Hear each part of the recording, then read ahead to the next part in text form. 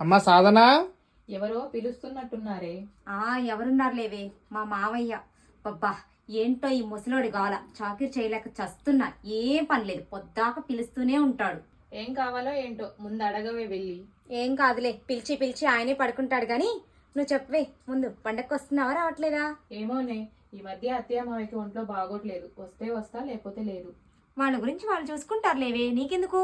నాకెందుకంటావేంటే, పెళ్ళై వాళ్ళ ఇంటికి వచ్చినప్పటి నుంచి నన్ను చాలా బాగా చూసుకున్నారు. పండక్కి వాళ్ళ కూతురికి బట్టలు తెస్తే అది నాకు తెలిసి నేను ఎక్కడ బాధపడతానేమో అని నా ఆడబిడ్డతో సమానంగా నాకు తెస్తారు. ఈ ఒక్క విషయమే కాదే, అన్ని విషయాల్లోనూ అంతే. మా ఆడబిడ్డ ఏం ఎక్కువ కాదు, నేనేం తక్కువ కాదు. ఇద్దరిని సమానంగానే చూస్తారే, కన్న కూతురులా చూసుకుంటారు.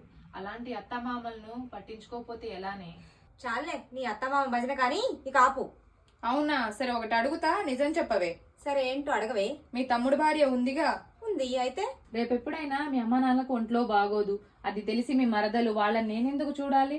వాళ్ళ కూతురు ఏమైనా వాళ్ళ అత్తమామల్ని చూస్తుందా అని పట్టించుకోకుండా నువ్వు నాకు చెప్పినట్టే వదిలేసిపోతే నీకు ఎలా ఉంటుందే?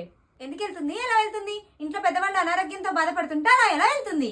చూసావా, మీ అమ్మ నాన్న విషయంలో ఎలా ఆలోచిస్తున్నావో, మీ అత్తమ్మ విషయంలో స్వార్థంగా ఆలోచిస్తున్నావు. మీ అమ్మ నాన్న విషయంలో నీకెంత బాధగా ఉంటుందో, మీ ఆడపడుచుకు కూడా వాళ్ళ అమ్మ నాన్న విషయంలో అంతే బాధగా ఉంటది. అయ్యో, మా వదిన మా అమ్మ నాన్నల్ని పట్టించుకోవట్లేదని బాధపడుతుంది. అది ఇప్పటికైనా అర్థం చేసుకొని వెళ్ళి మీ మావయ్యకి ఏం కావాలో అడుగుపోవే.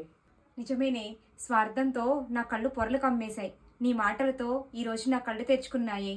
ఈ రోజు నుంచి నా అత్త మామల్ని నా తల్లిదండ్రుల్లా చూసుకుంటానే.